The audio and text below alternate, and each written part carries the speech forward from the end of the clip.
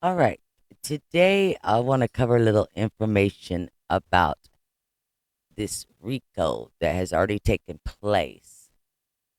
Touch on it a little bit because there's been a lot of rumors and questions across social media about whether or not another Rico will be coming in the way of the east side of Chicago.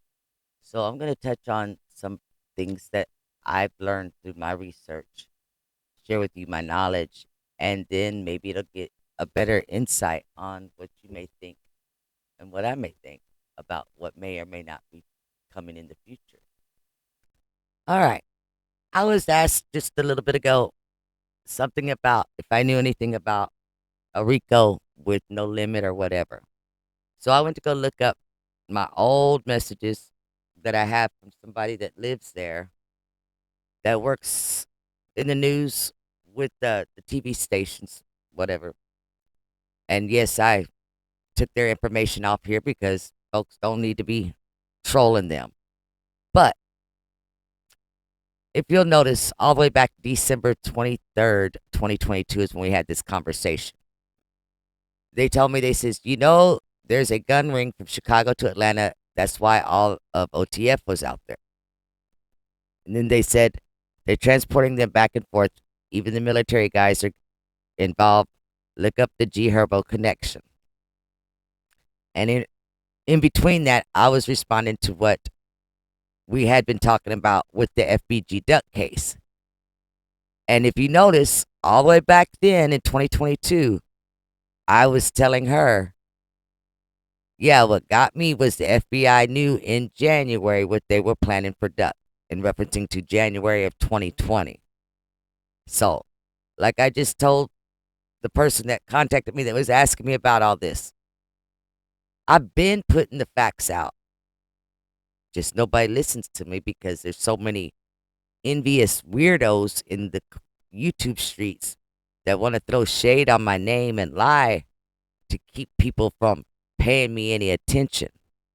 I don't need that kind of support from people that want to believe idiots with no proof of what they're claiming. So I'm good with that. But again, for those of y'all that are wondering, for this person to know about it and to be throwing it out at me, wanting me to do a story about it, I never really did. But that tells you that something's been in the making for at least a couple of years, behind the scenes anyway. Now, the thing I've learned about this person is that they never directly tell me straight out what they know. Now, being that she mentions a gun ring in Chicago from Atlanta, she mentions OTF, then she says the military and G Herbo. So I'll tell you the same. Keep that in mind. Because this Rico that we're going to cover is actually from Chicago to Tennessee. And it kind of circles around G Herbo, which then tells me what's left out of her statements, which is going to be OTF and Atlanta. So, for that much of it, we shall see. Her and I have been communicating since 2018, and to this date, she's yet to let me down on anything that she's actually provided me information on. So, we shall see. Now, let's go touch on those Ricos with the Pocket Town, KTS, and how it surrounded the NLMB set. All right, to give a real quick background on this for those that may not be aware, back in 2021, Chicago police were able to figure out there was a pipeline that was traced back to three Fort Campbell soldiers. Fort Campbell's out of Kentucky. Says that there was three soldiers arrested, and because there was a mass shooting earlier in the year, that left one person dead and several wounded.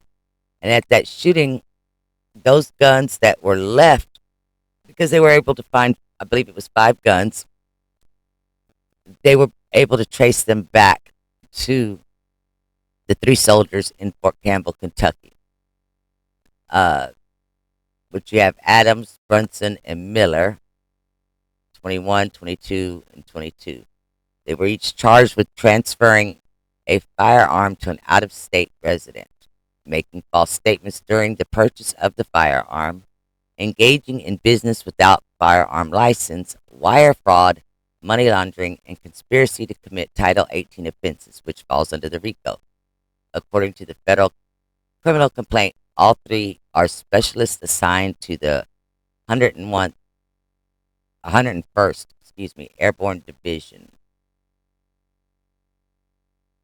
The Glocks and the uh, Taurus pistols recovered from the scene of a fatality, basically, should say, March the 26th. Earlier that year, in Chicago's southwest side, were tracked back to the purchases made by the 3 soldiers from licensed dealers in the area around Clarksville, Tennessee, according to the complaint. The firearm transactions recorded showed that since September of 2019, the three of them had purchased at least 91 guns from multiple dealers in the area around the Fort Campbell, Kentucky. The majority of the guns were purchased in the previous 5 months. After the firearms were secure, Miller would provide them to his associates in Chicago. It says Adams was read his Miranda rights before he told the police that Miller would give him the money or electronic fund it through Cash App to purchase firearms. Miller would then take the guns to Chicago and sell them in the street. Adams told the police, according to the complaint. Adams consented to a search of his phone, which reveals a series of text messages between Adams, Miller, and Brunson discussing the sale of the guns, what phone apps to use for payments, and where to go for the purchases. Miller is quoted in one of the texts to say, "Fat boy, you better out a little loan. They want a lot of guns." That took place on March the 1st. It says on April the 28th, they got a federal search warrant, executed it on their home, and they recovered 49 empty gun cases. And at least 4 of them matched up to firearms that were recovered in Chicago at the scene of recent shootings and homicides, according to the paperwork. Goes on to state that ATF agents got a warrant and they searched Miller's phone and saw some more texts that he exchanged with Brunson, as well as some photos of the handguns. And they discussed the prices. Glock 33, 357 for 550 plus tax. I don't know where they come up with the tax because I know y'all ain't paying the IRS, but okay. And then it says that he was fixing to pay them through Apple Pay. Then it says Miller would also text another person in Chicago, but they didn't have the name listed, but it was a Chicago number. And they were discussing how it was going to cost money for the gas and the risk of doing the drive and everything. So Miller tells the person, "We got to hold this shit together. I'm still playing the back role, G. I ain't never turned my back on gang. We're going to win this war. We're losing the battle, but this is a marathon and not a race." That was text on April the 7th, earlier that year. About a week later, on April the 15th, Miller texts the same number again, showing a picture of a stack of handguns with the caption saying, "Ain't even half."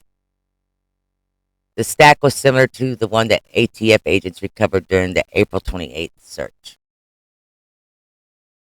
If the 3 soldiers are convicted, they could be facing up to 20 years in prison. All right. So remember back over here in the article when it stated that there was firearm transactions since September of 2019. Okay. So now let's jump to this article that came out in December of 2019, where it states FBI continues to investigate the 2017 gang hit of Chicago rapper Cedron Doles was a controversial rapper with reputed ties to the gang faction called Black Mob, who earned a following in Chicago's drill scene by taunting gang rivals, some of them slain with his lyrics. Doyle, who performed under the name Shooter Shells, likely made enemies with his lyrics in his music video posted to YouTube in April of 2017. It was titled Death of 150. The video talked of the Black Mob's long-standing feud with the rival gang No Limit, also known as No Limit 150. About 3 months later, on a July morning, Dole, 21, was about to get into his car in Chicago Auburn Gresham community when three men emerged from a white Nissan Altima and opened fire. Riddled with bullets, Doles collapsed and died in the street. Police recovered 43 shell casings near his body. His death drew little attention except from a few rap music websites. Just one of 13 people shot in Chicago on that day. One other fatality. His brazen slaying, though, appears to be typical of the gang violence plaguing Chicago, much of it retaliatory in nature, sometimes the result of petty disputes fueled over social media between rivals from even the same gangs but different factions, authorities say. Records recently unsealed in federal court shows that 2 months before Doyle's slaying, the FBI had joined forces with Chicago police to investigate the years-long back-and-forth violence between Black Mob and No Limit. Now, does that verbiage sound familiar? Now that we're just come out of the O Block Rico, the filing sought court permission about a year after Dole's killing to search the contents of an iPhone 7 Plus recovered from his pants pocket. In the year and a half since, no charges have been brought in connection with his slaying. The investigation remains ongoing. Meanwhile, federal authorities have brought in separate indictments since last year against Milwaukee members members of the Milwaukee Kings gang and the Goonie Boss faction of gangster disciples for more than a dozen killings combined. According to court records unsealed last month, witnesses reported seeing Doles leave a residence with another individual about 9:30 in the morning on July the 10th of 2017. So remember that's the day that he was killed. And what does it say up here? 2 months before that, the FBI had already joined forces with CPD. Okay?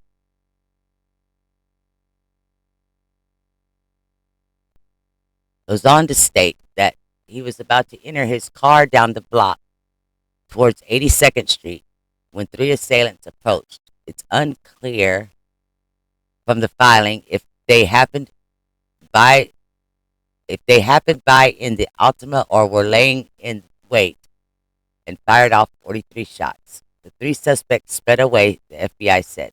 Based upon my training and experience of law enforcement and the ones that I've spoken with, Dole's murder was a targeted effort. Got his cell phone. He went through it. This is an autopsy report laid out Grim details. Dole was shot in the head, chest, right arm, right thigh, right foot, right calf, buttocks. He also suffered a graze wound to his left forearm and right wrist.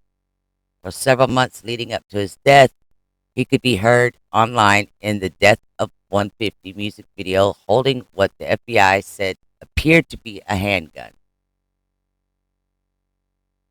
In the court filing, the FBI said Doles and others directed numerous menacing threats in the song towards No Limit, including 3 slain members of the gang. Tell Rock, Colby, and Fazo you're going to see them soon.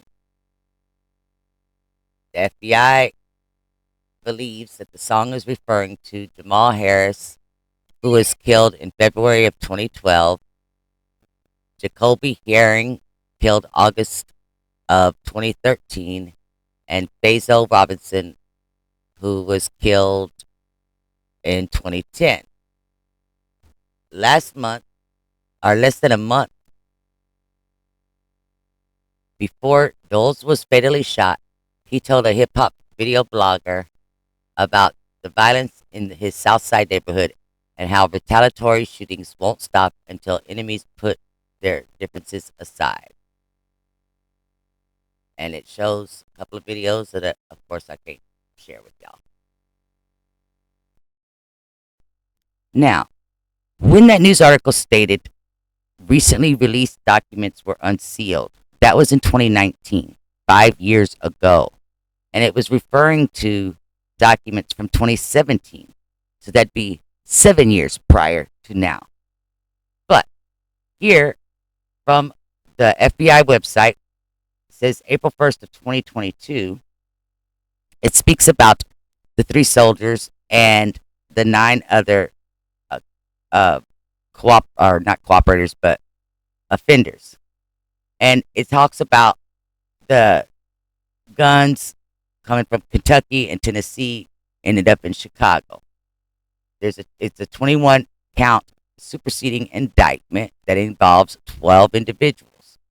They were engaging in businesses dealings without a license. And we're going to go into some detail on that here directly. But I just want to give a real quick background here. Now, it does say that there are some co-conspirators that purchased the firearms that are unindicted as well. Bitch, stop talking. I had to throw that in there. That's my buddy.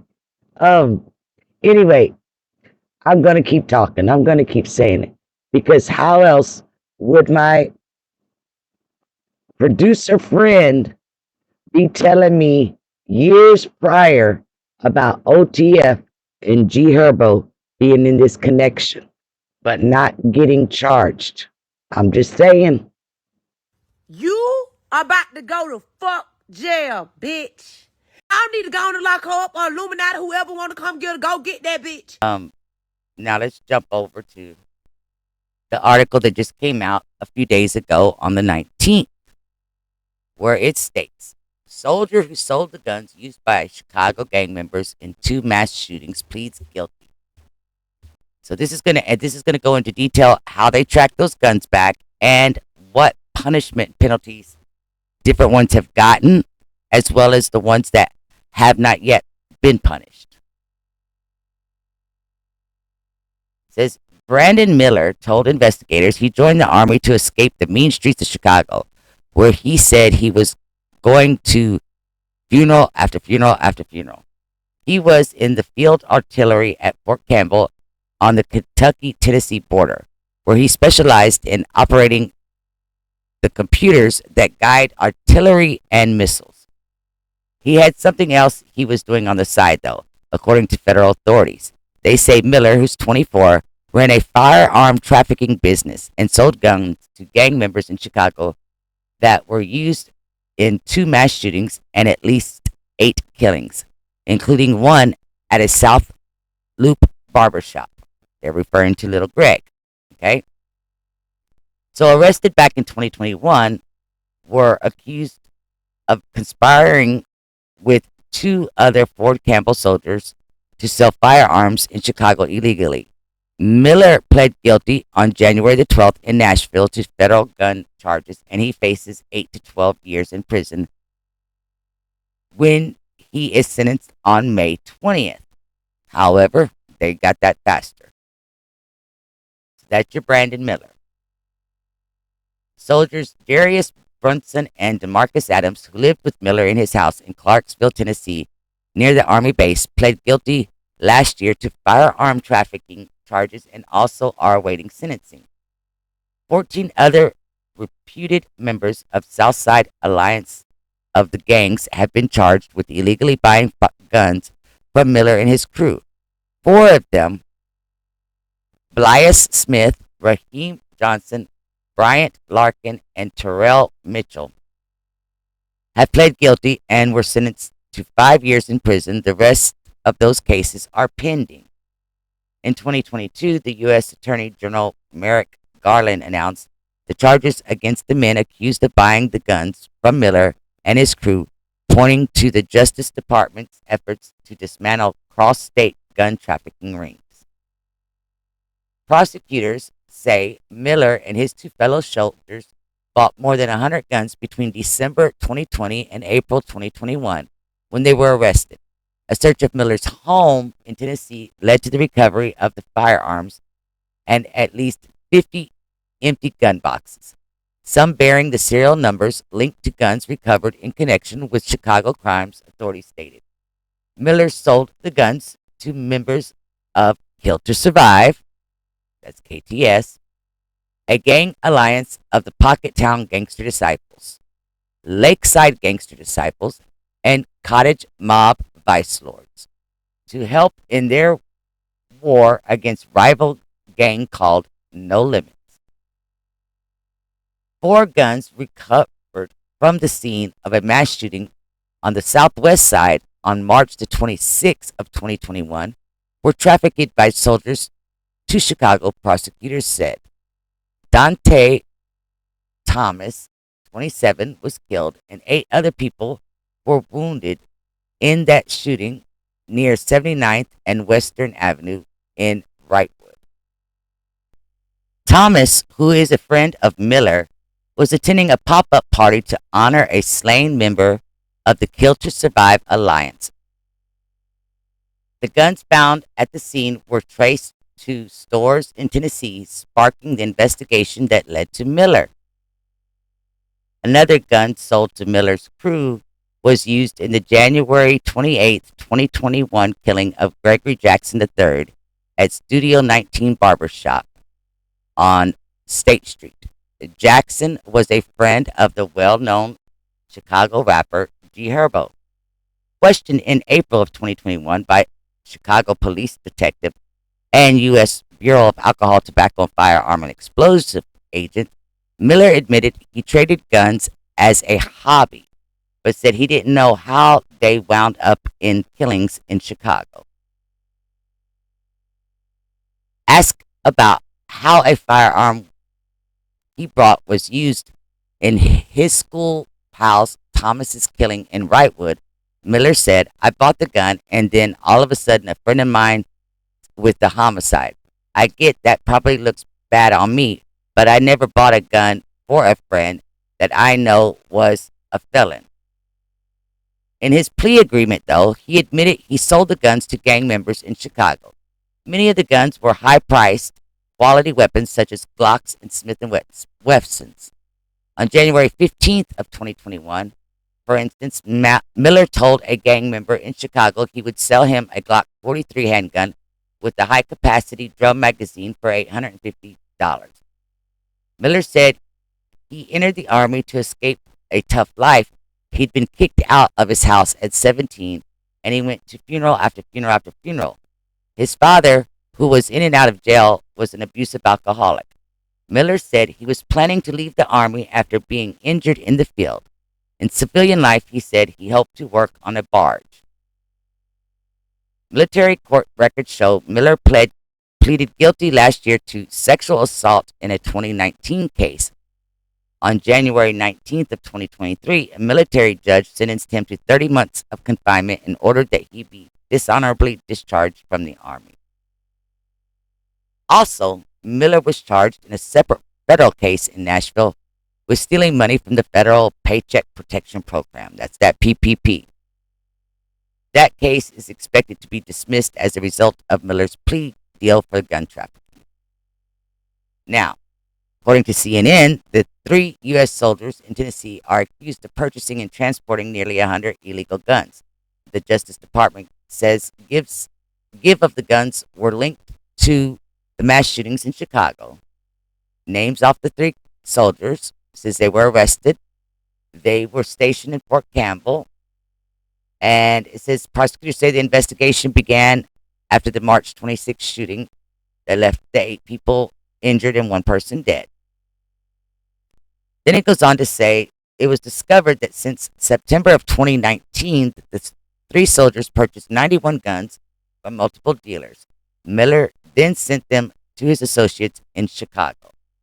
Now, as far as the judgments go, this guy right here is Smith.